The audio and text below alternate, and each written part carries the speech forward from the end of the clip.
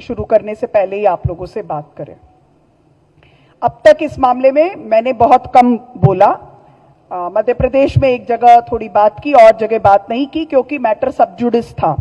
2 जगह अदालतों में ये मैटर चल रहा था, तो ऐसे में बोलना अच्छा नहीं माना जाता है, ठीक नहीं माना जाता है, इसीलिए मैंने उस पर कुछ नहीं कहा। अब मैं आपको थोड़ा विस्तार से सारी बात बताऊं। मध्य प्रदेश में 3 राज्यसभा की सीटें खाली हुई जिसको फिल करना था। 2 सीटें क्लियरली भारतीय जनता पार्टी के लिए गई। तीसरी सीट में 58 एमएलए कांग्रेस को चाहिए थे। कांग्रेस पार्टी के पास 62 एमएलए थे। 62 एमएलए होने पर हमारे पास 58 से हम थोड़ा ज्यादा ही थे, तो मुझे वो सीट मिली और पार्टी ने मुझे अपना कैंडिडेट बनाया और मैंने मेरा नॉमिनेशन फाइल किया। बीजेपी के पास रिक्वायर्ड 58 से 10 सीट्स कम थी, उनके पास मात्र 48 एमएलए थे, लेकिन उसके बावजूद भी उन्होंने फाइल किया 3rd नॉमिनेशन। ये अपने आप में बताता है कि उसी दिन उनके मन में फाउल प्ले करने की बात आ गई थी। उन्होंने हरियाणा में ऐसे ही क्रॉस वोटिंग और फाउल प्ले किया था। अभी झारखंड में जो हुआ वो भी आप सबके सामने, क्योंकि 18 तारीख की वोटिंग भी हो गई, तो क्या किया गया वो आपके सामने है। तो फाउल प्ले के इंटेंशन के साथ ही उन्होंने 3rd नॉमिनेशन भरा। इस दौरान मध्य प्रदेश के एमएलएज, जब से मेरा कैंडिडेचर अनाउंस हुआ, ऑर्गेनिकली पहले दिन नामांकन में आए। सबने मेरा 4 सेट में हम फाइल कर सकते हैं नॉमिनेशन, हमने 4 सेट में फाइल किया। सारे एमएलए साथ आए, बिना किसी प्रकार के मोबिलाइजेशन के साथ आए। 2 प्रदेश कांग्रेस कमेटी के अध्यक्ष मध्य प्रदेश छोड़ के, माननीय महेश गौड़ जी तेलंगाना से और महाराष्ट्र से माननीय हर्षवर्धन सपकाल जी, ये भी साथ आए। तो एक तरह से ये क्लियर हो गया कि पूरी पार्टी ऑर्गेनिकली एक कैंडिडेट को सपोर्ट कर रही है। जब उनको ये महसूस हुआ कि इस बार यहां पे जोड़ तोड़ नहीं हो सकता, पैसों से खरीद फरोख्त नहीं हो सकता, डर के आधार पर भी खरीद फरोख्त नहीं हो सकता, तो उन्होंने इलेक्शन कमीशन के रिटर्निंग ऑफिसर्स के साथ ये साजिश रची। मैं पूरे जिम्मेदारी से कहूंगी, दोनों रिटर्निंग ऑफिसर्स कॉम्प्रोमाइज्ड हैं, election commission of India compromised है। देखिए, 2 कैंडिडेट्स फॉर्म भरते हैं, मैं भरती हूं मध्य प्रदेश में, परिमल नथवानी भरते हैं झारखंड में। मुझे उस दिन स्क्रूटिनी के दिन मुझे केवल समय दिया जाता है 5:30 बजे तक का कि मैं मेरा पक्ष रखूं। परिमल नथवानी को दिया जाता है अगले दिन सुबह 11 बजे तक का टाइम, और उनका रिजल्ट आउट होता है अगले दिन दोपहर में 3 बजे। मेरे केस में जब उन्होंने एक लीगल नोटिस, जो कि क्रिमिनल केस नहीं है, और अब आपसे ज्यादा किसी को नहीं पता, 12 तारीख को जब उच्चतम न्यायालय में मेरा इलेक्शन के स्टे को हम फाइट कर रहे थे, उसी दिन यहां हैदराबाद कोर्ट में उसका भी फैसला आ गया। कोर्ट ने यह कहा कि उनका जुरिस्डिक्शन नहीं है इसका कॉग्निसेंस भी लेने का, यानी कि कोई कॉग्निसेंस लिया नहीं गया था।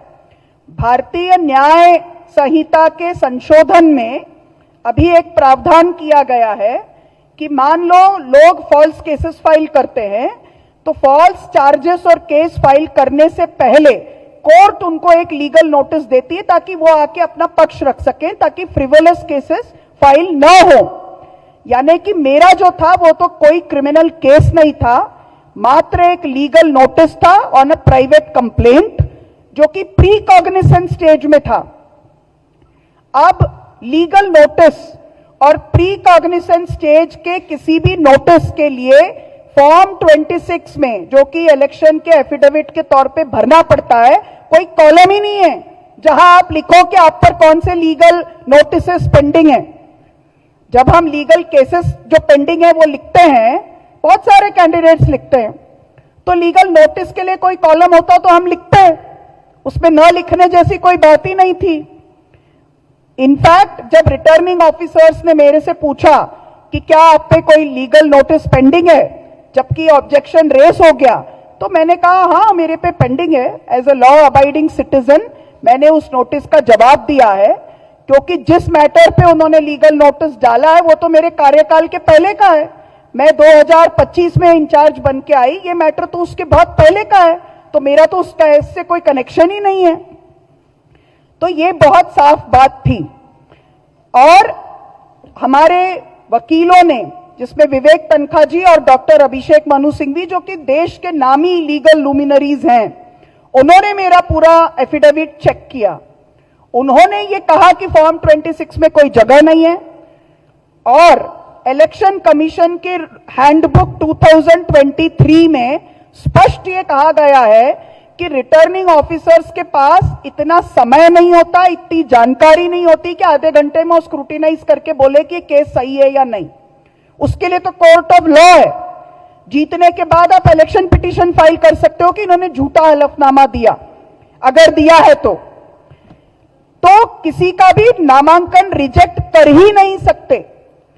तो 2023 के मैनुअल के हिसाब से वो झारखंड के परिमल नथवानी को रिजेक्ट नहीं करते और मेरे ऊपर 2016 का रूल बुक लागू करते हैं, और जो केस का कॉग्निसेंस ही नहीं हुआ उसके लिए ऑर्डर में, डिसीजन में लिखते हैं कि कॉग्निसेंस लिया हुआ केस है और इसलिए हम इसको खारिज करते हैं। ये अपने आप में दिखाता है कि election commission of India compromised है। एक बात।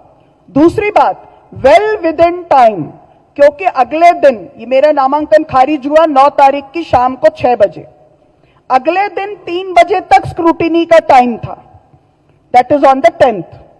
We went to the election commission of India. Doctor Abhishek Manu Singhvi ji was, and he is also Rajya Sabha MP from Telangana, he was kind enough to directly drive from airport to the election commission, मतलब वो London में थे। he came back for just this, to plead this case। वो और विवेक तनखा जी, रणदीप सुरजेवाला जी और हमारा एक high level delegation, हम सब इलेक्शन कमीशन ऑफ इंडिया 12 बजे गए। उस दिन इलेक्शन कमीशन ऑफ इंडिया तो इनका अपीलेट अथॉरिटी है, नीचे के 2 रिटर्निंग ऑफिसर्स के ऊपर की एपेक्स बॉडी तो इलेक्शन कमीशन ऑफ इंडिया है। उस दिन दोपहर 3 बजे तक उनके पास टाइम था कि वो अपनी गलती एक्सेप्ट करते, सेट असाइड करते इस फैसले को। उन्होंने पूरा दिन टाइम वेस्ट किया जानबूझ के। It was a delay practice. जब रात को 10 बजे तक भी ना उन्होंने एक्सेप्ट किया ना रिजेक्ट किया, फैसला ही नहीं दिया। जब रात को 10 बजे तक भी फैसला नहीं दिया तो हम लोगों ने रात के 1:30 बजे ई फाइलिंग किया माननीय सुप्रीम कोर्ट में। And the Honorable Supreme Court said that they cannot do the hearing on the 11th, which was coincidentally the last day of withdrawal, तो इसलिए उनको सर्टिफिकेट मिल गया। 12th को उन्होंने हियरिंग किया। They did not say कि ये सही है या नहीं, उन्होंने केवल टेक्निकलिटी पे कहा कि क्योंकि अब ये मामला सर्टिफिकेट दिया जा चुका है तो अब आपको इलेक्शन पिटीशन फाइल करना पड़ेगा, जो कि हम फाइल करने वाले हैं हाईकोर्ट मध्य प्रदेश में। सेम डे 12th को अध्यक्ष जी जानते हैं यहां वो केस की सुनवाई हुई, जो कि एक लीगल नोटिस था, और जज ने कहा कि ये कोर्ट का तो जुरिस्डिक्शन ही नहीं है इसको कॉग्निसेंस लेने का। Exact words are these, this court does not have the jurisdiction to take cognizance of this matter. तो यानी कि कॉग्निसेंस पहले ही नहीं था, और रिटर्निंग ऑफिसर्स अपने डिसीजन में लिखते हैं कि कॉग्निसेंस लिया जा चुका था इसलिए ये केस है और आपने क्रिमिनल केस छुपाया है। So this is the crux of the matter. And now about the aggrieved girl. महिला होने के नाते किसी भी दूसरी बहन के साथ कोई भी दुर्घटना होती है, मैं पूरी तरह से पीड़िता के साथ हूं, पहली बात, और पार्टी भी साथ है। लेकिन ये आरोप कि पार्टी ने उस पर कोई कार्रवाई नहीं की, ये बिल्कुल गलत है। जिस व्यक्ति के खिलाफ आरोप था वो पोस्ट में थे, उनका नाम इलेक्शन के सर्वे में नंबर 1 कैंडिडेट के तौर पे आया, लेकिन 2023 में जबकि we were struggling and every MLA seat counted to us, क्योंकि हमें भी सरकार बनानी थी and it was a risky situation, you all know about it, तो भी पार्टी ने डिसाइड किया कि नहीं, उनको टिकट हम डिनाई करेंगे क्योंकि ये तो बहुत सीरियस चार्जेस हैं। I am coming to that. So we denied him ticket number 1, जबकि एक एक सीट का संघर्ष था 23 में, तब तो नहीं पता था कि कंफर्टेबली सरकार आ रही है। This was before elections. Number two, he was a DCC president. Just on charges, even now the charges aren't proved, by the way. लेकिन on a moral ground, on moral responsibility, party ने उनको DCC से हटाया. Subsequently, he has also been suspended from the party. पर अगर कोई आके हमको ये कहे कि आज भी वो घूमता है, अपने नीस की प्रोग्राम में जाता है, तो that we have no authority to check anybody else's movement. वो तो जेल से छूटे हुए व्यक्ति को भी बाद में फ्रीली घूमने की इजाजत है. उन पर अभी तक कोई चार्जेस प्रूव हुए नहीं हुए. We are not defending him. We have already taken our action. He is not now a party member. अब लेकिन वो अपने फैमिली मेंबर के किसी कार्यक्रम में जाते हैं तो ये तो चार्जेस अपने आप में बेसलेस है. इंडियन कॉन्स्टिट्यूशन व्यक्ति को देखता है, यूनिट को नहीं देखता. हम नहीं मानते कि एक की वजह से पूरे फैमिली को आप विंडिक्ट कर सकते हो, और वो भी ये तो दूर का फैमिली है. Sister has now got married, she is in a different family. तो ये चार्जेस लगाना पूरी तरह से बेसलेस है. और हम ये बात नजर मिला के कह सकते हैं कि इलेक्शन कमीशन इज कॉम्प्रोमाइज्ड, क्योंकि ये एक सीट का मामला नहीं है ना. पिछले 10 दिनों में क्या हुआ है? अब हम सिर्फ वोट चोरी, राहुल जी ने पहले कहा, फिर सीट चोरी यानी मेरे सीट की चोरी की. क्रॉस वोटिंग से हरियाणा में उन्होंने एक सीट चुराने की कोशिश की. झारखंड में उन्होंने एक सीट चुरा लिया पैसों से, खरीद फरोख्त और डर से. लेकिन अब पार्टी चोरी की तरफ बढ़ गए हैं, क्योंकि वन नेशन वन पार्टी की तरफ ये बढ़ाना चाहते हैं और लोकतंत्र को मौकरी में बदलना चाहते हैं. लार्जर इश्यू ये है. नाउ लास्ट पॉइंट इसके बारे में, क्योंकि बहुत बात हुई है, बहुत तरह के कॉन्स्पिरेसी थ्योरी बहुत स्मार्टली भारतीय जनता पार्टी ने प्लांट की है. I don't by any of these theories. सब फेक बात है. ये ध्यान भटकाने की बात है, और नॉर्थ इंडिया ये बात को अच्छी तरह से जानता है. विंध्य के नीचे थोड़ा भारतीय जनता पार्टी से कम सामना करना पड़ा है आप लोगों को. एक समय था 90s में, इन्होंने पूरे देश में ये फैलाया कि गणेश जी की प्रतिमाएं दूध पी रही हैं. इन्होंने माननीय महामहिम शंकर दयाल शर्मा जी जीवित थे, राष्ट्रपति थे, ये फैला दिया कि वो मर गए हैं, जो भी झूठ था. सिटिंग राष्ट्रपति को मृत घोषित करवा के एक अफवाह चलाया. और ये वो जमाना था जब सोशल मीडिया नहीं था, और अब तो सोशल मीडिया है. तो वेरी कन्वीनियंटली, ताकि हम इलेक्शन कमीशन ऑफ इंडिया पे सवाल न खड़े करें, ताकि हम इन लोगों के ऊपर सवाल न खड़े करें, इन्होंने ये इल्जाम लगाया कि कोई ना कोई कॉन्स्पिरेसी है. पूरी पार्टी एक साथ है. ये खरीद फरोख्त जरूर करते, मगर पार्टी को एकदम इतना साथ देखकर ही उन्होंने ये करने का तय किया. All these conspiracy theories are bogus, completely baseless. And let me tell you, the party had come together in a way which was unprecedented. इसीलिए उन्होंने ये क्रूशियल काम इलेक्शन पिटीशन, इलेक्शन नॉमिनेशन को रिजेक्ट करने का तय किया और उसको पूरा किया. नाउ लास्ट पॉइंट, कि हम में से कोई इस बात से निराश नहीं है. We are not disappointed, not for one moment, because इसने सारे लोगों के सामने एक्सपोज किया है कि इनका क्या कोलूजन है. अब आपको फाइनल बात बताती हूं. सुप्रीम कोर्ट में जिस दिन मेरे मामले की हियरिंग हुई, हमारा केस तो इलेक्शन कमीशन ऑफ इंडिया के खिलाफ था. तीनों कैंडिडेट्स का इलेक्शन अगर सेट असाइड होता तो होता, इसलिए उनके भी वकील लड़ रहे थे. Tushar Mehta was defending those 3 candidates. Election commission of India के भी एक वकील थे, नायडू साहब, जो उनको डिफेंड कर रहे थे. हमने स्टेट ऑफ मध्य प्रदेश के खिलाफ तो कोई एलिगेशन ही नहीं किया था, लेकिन स्टेट ऑफ मध्य प्रदेश को डिफेंड करने के लिए मुकुल रोहतगी साहब हायर किए गए और वो डिफेंड कर रहे थे. ये अपने आप में दिखाता है कि कैसा कोलूशन बिटवीन इलेक्शन कमीशन के रिटर्निंग ऑफिसर्स और स्टेट ऑफ मध्य प्रदेश था. So this is the long and short of it. आपको ये कहना चाहती हूं कि उसके बाद अपने आप से पूरे देश में सब जगह अलग अलग मूवमेंट्स हुए. अलग अलग लोगों ने डेमोक्रेसी के पक्ष में आकर खड़ा होना तय किया, और जो डेमोक्रेसी के नाम पे मखौल हो रहा है चुनाव में और बाद में, जो राहुल जी 2 साल से कह रहे थे, वो बात एकदम से लोगों के सामने क्लियर हुई और स्पष्ट हुई. और रोज लोगों को दिखाई दे रहा है कि किस तरह से हर भारत के संवैधानिक संस्था को इन्होंने कॉम्प्रोमाइज किया है. So this we are fighting against a गठबंधन जिसमें ये सारे कॉम्प्रोमाइज्ड इंस्टीट्यूशंस हैं अनफॉर्चुनेटली, जिनको कि हमारे कॉन्स्टिट्यूशनल फोरफादर्स ने चेक्स एंड बैलेंसेस के लिए बनाया, सारे कॉम्प्रोमाइज्ड हैं और ये प्रेजेंट सरकार कॉम्प्रोमाइज्ड है. यही हम कहना चाहते हैं. हम माननीय उच्चतम न्यायालय का धन्यवाद करते हैं कि जिन्होंने फैसला दिया और उन्होंने एक टेक्निकल ग्राउंड पे एक फैसला दिया. हम उसका सम्मान करते हैं और जो अदालती प्रक्रिया होगी उस प्रक्रिया का पालन करेंगे. 45 डेज के अंदर अंदर पिटीशन लगाना होता है, चैलेंज करना होता है और वो हम जरूर करेंगे. Thank you.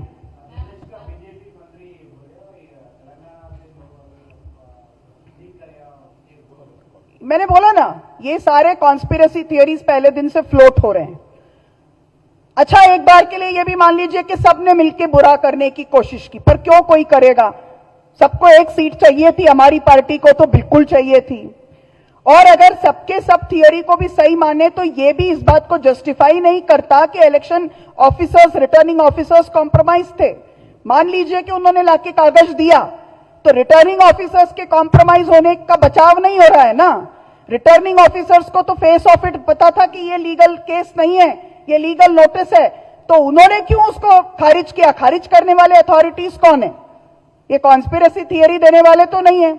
हमारे पार्टी के लोगों ने तो जाके नहीं कह दिया कि कैंसिल करो, वो तो रिटर्निंग ऑफिसर्स नहीं थे.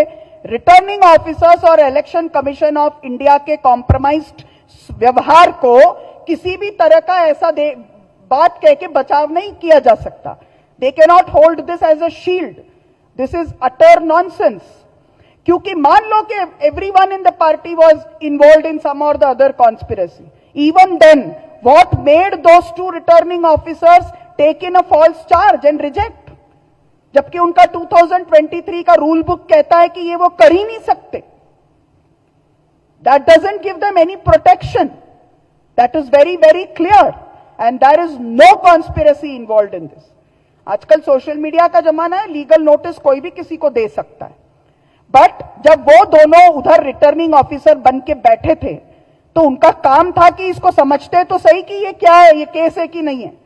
तो दो बात निकलती है, या तो वो बहुत ही नाइव हैं जिनको कुछ प्रक्रिया ही समझ में नहीं आती, तो that means they are very incompetent, और it means that they are compromised. There can be nothing in between these two. Either they are incompetent or they are completely compromised. And I think that it is the latter, क्योंकि वो नजर नहीं मिला पाए. They were knowing fully well that they are giving a wrong decision, but they were completely compromised. And there was a threatening presence of a Madhya Pradesh senior BJP leader inside the room, whereas हमारे ex chief minister, हमारे PCC president किसी को अंदर आने नहीं दे रहे थे. उनको अंदर आने कैसे दिया? उनके अंदर आते ही collector and commissioner had no business at all in a Rajya Sabha nomination. Lok Sabha में होता है कलेक्टर का काम. Collector commissioner have got nothing to do with the Rajya Sabha nomination process. वो आके उस स्क्रूटिनी के रूम में कैसे बैठ गए? That moment itself it was clear कि ये कॉम्प्रोमाइज्ड हैं और ये गलत इरादे के साथ आज यहां पर आए हैं.